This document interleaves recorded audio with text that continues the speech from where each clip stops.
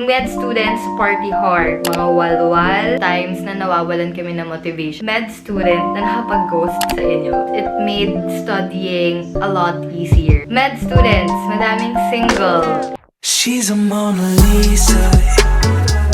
Everyone's lining up. Hi, it's Kristine and welcome back to my channel. So for today's video, this is actually requested by a follower on Instagram. So weeks ago, I posted on Instagram asking you guys to put in down your suggestion on any vlog or video suggestions. One, put down assumptions. Actually, assumptions lang yung nakalagay. So, I assumed na it's about med students. But for this video, I'm gonna be making this assumptions about UST med students / med students in general. So, without further ado, let's hop right into the video.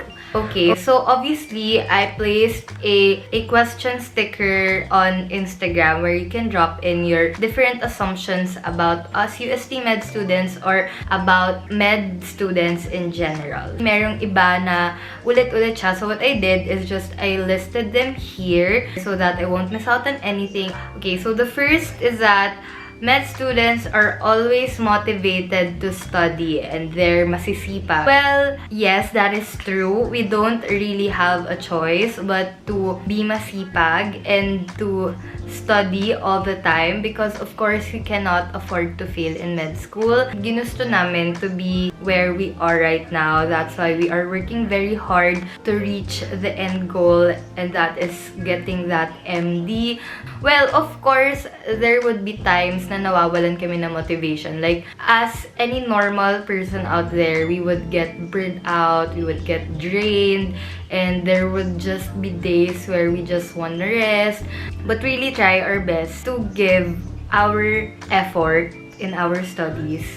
Like, you really have to study if you want to get through med school. Like, you will not get through med school if you're lazy and if you don't really study. The next assumption is we are brainy, intelligent, matatalino, genius. Okay, so obviously, we get this notion na parang we are very smart. I mean, of course, these med students are your future medical doctor. So obviously, we really have to have the brains to do the procedure properly, to treat our patients. Okay, next is fresh kahit stress. Actually, to be honest, when I was in college and whenever I see these med students around UST, actually, same. Yun yung lagi kong assumption about UST Med. Well, because I am staying in UST, so I don't really have that much exposure to other med students. Yeah, I would agree. I was actually one of those people who assumed that when you're in med school,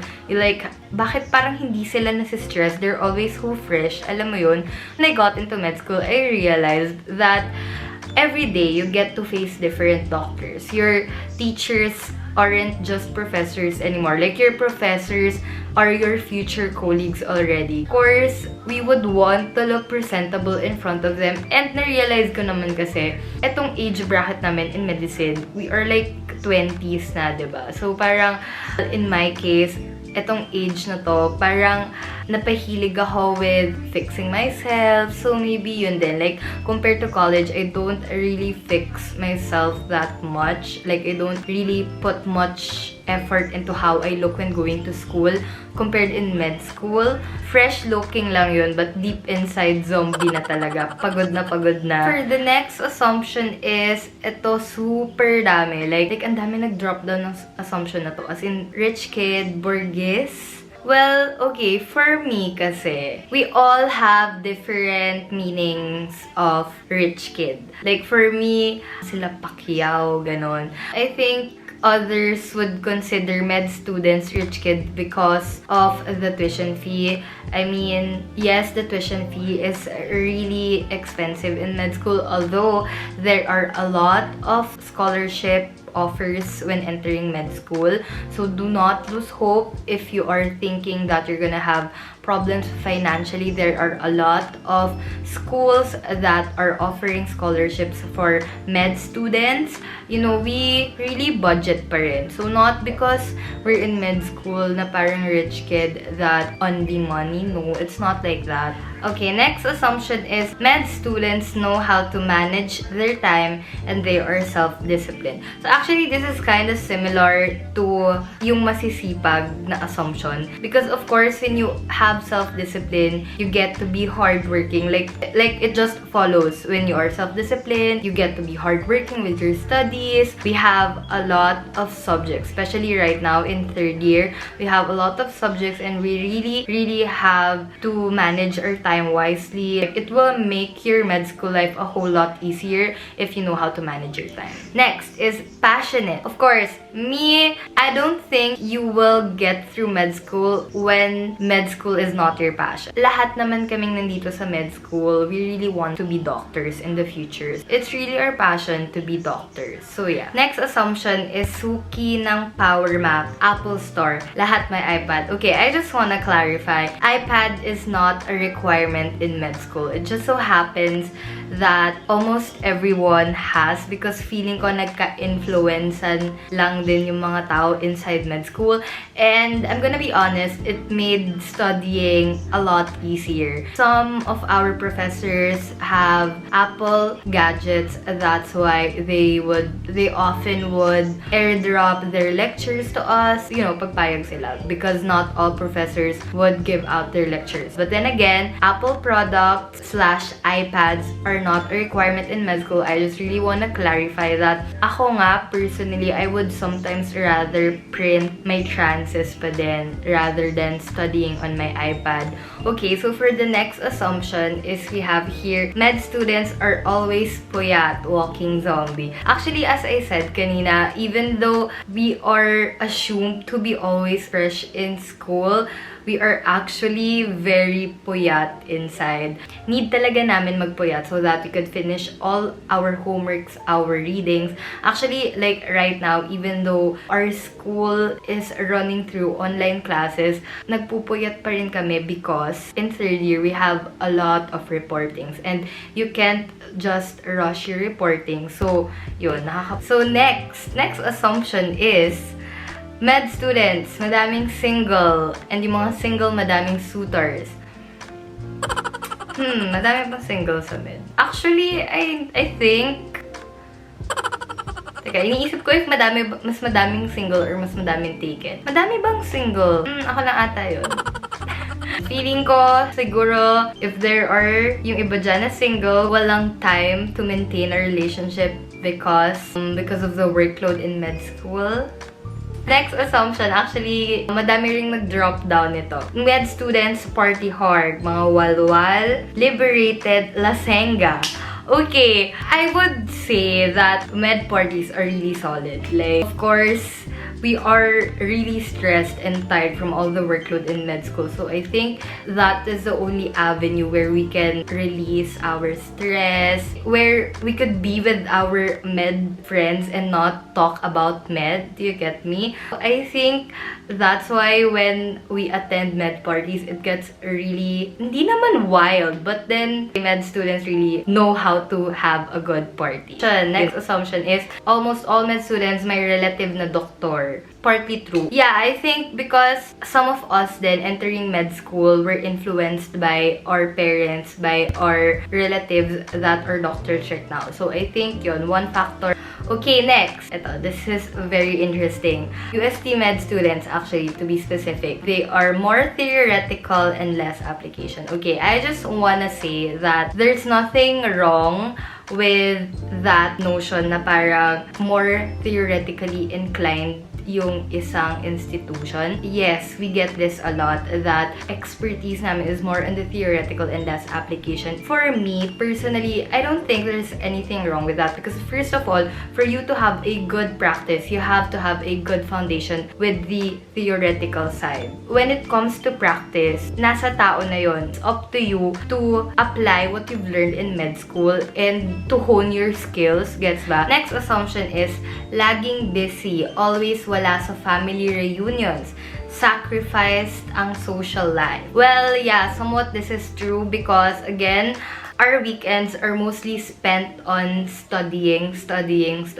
And we're really sorry to our family members, to the family reunions that we weren't able to attend, to the high school reunions that we weren't able to attend. Other people still try to give time for that. It's all about time management. Like for me, I still give time for this, for vlogging. Same with the family reunions, with the social life. I think it's really up to you, up to the time management. Okay, next assumption is judgmental. No, I don't think we are. Us med students, we still have a lot to learn. Maybe we sometimes come off as strong people to others, but yeah, I don't think judgmental is the right term. Okay, next is Catholic. I think this is for UST Med students. Well, I think we are getting this obviously because UST is a Catholic institution, so I think that's where it is coming from. Next is coffee is life. Yes, that is so true. I'm not really a coffee drinker. I mean, okay, I love coffee, but I'm not the type to drink coffee to stay up late. You get what I mean? I drink coffee because I love the taste of coffee. That was in college. When I started here in med school, I started to drink coffee so that I wouldn't get drowsy. As in, now I started drinking 2 to 3 glasses per day. And that is not my normal. I know for some, it is normal. For me, my normal is maximum ko na 1 cup a day because I tend to palpitate a lot when I drink coffee. So, ayun. Next is for UST Med Conyo. I don't think we are. Although, ako personally kasi, a lot of my friends are saying that I am, but I don't really think that I am. In med school, actually nga, some of the professors would be strict when you speak in different languages. Gusto nila either straight Tagalog or straight English. Next is, about UST Med again, stressful. Masyado daw mahirap, super toxic. I think all med schools naman are really hard. I think med education in general is hard. Toxic, again, I said this before in my last vlog. Toxic in the sense that natututo ka naman in the process. Well, maybe I'm just really lucky because I have the best support system when it comes to my friends. Like, kahit toxic siya, as I said for my previous vlog, sabay-sabay nyo rin kasi siyang may experience. So, you know, it lessens it. Med students, magaling mag-multitask. Super galing mag-multitask, pati girls.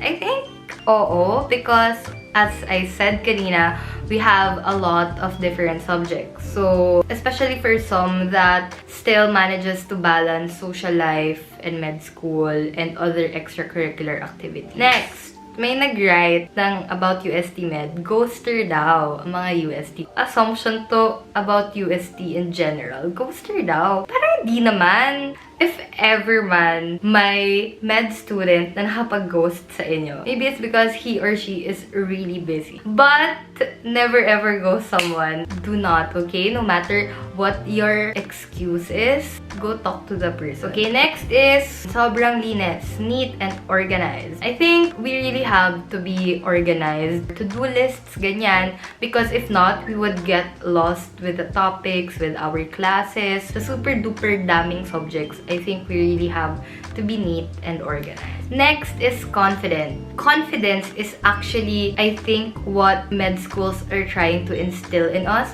First of all, when you face the patients, you really need to be confident. Confident with your diagnosis, confident with the procedure that you are doing. So I think that it's nice that while we are still in med school, we are honing this skill already. Okay, next, maganda ang culture ng UST Med and UST in general.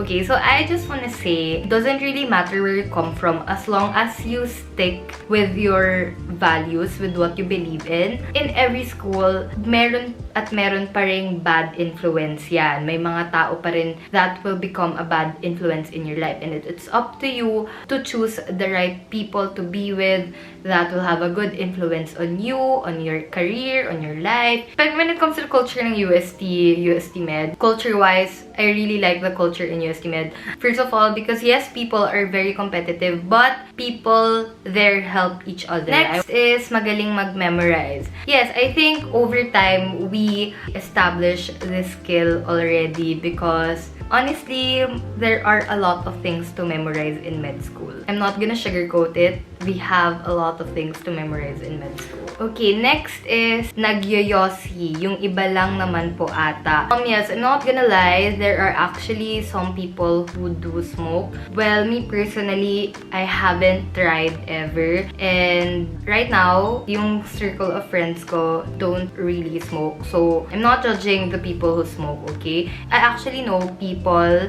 that entered med school who do smoke before but then eventually stopped in med school. So, I think that's good. Ayun, so I don't really have much comment on this. Okay, next is palaging kumakain outside after class. Yes, it's our form of distressing and, you know, we eat outside of class most of the time, especially after exams, after shifting exams. Okay, last is connections. Connections, what do you mean? Like, madaming connection when entering in med school? Okay, I just want to say that not because you are a daughter, you are a child of a doctor, or you have a relative of a doctor, you automatically get into the med school you want. It doesn't work that way. Med schools right now still look at your credentials. So not because you are connected to a doctor or to an admin of the faculty doesn't guarantee you a spot in med school. You still have to work hard for that spot because a lot are very deserving to have that spot. Okay, so before I end this vlog, I just want to share with you guys 2 skincare products that were sent to me by TEAMI Blends. Detox Mask Green Tea Blend. It's a face mask. This one is a vitamin C collagen infused serum. I just want to quickly show you guys because I've been using this every after a long day, even though it's just online classes. So it says here that TEAMI Green Tea Detox Mask is a mineral-rich detoxifying mask treatment created with organic matcha, green tea, lemongrass, and bentonite clay. So yeah, I've been using this 3 times a week. Ayan, it's this one. If you feel like med students are fresh, that's because we still give time to take care of ourselves. So next is this vitamin C collagen infused serum. So it's this one. So if you want to check this out, I will be putting the link down in the description box below. You could also use my code so that you would get a discount when you purchase these 2. Okay, so that is it for today's vlog. I hope you enjoyed that. I actually enjoyed sharing my thoughts with you guys. So if you do like this video, please don't forget to give this video a thumbs up, and please don't forget to subscribe to my channel to be part of the #ChrisSquad. And I will see you on the next one. Bye! She's a Mona Lisa. Everyone's lining up to see her. There must be something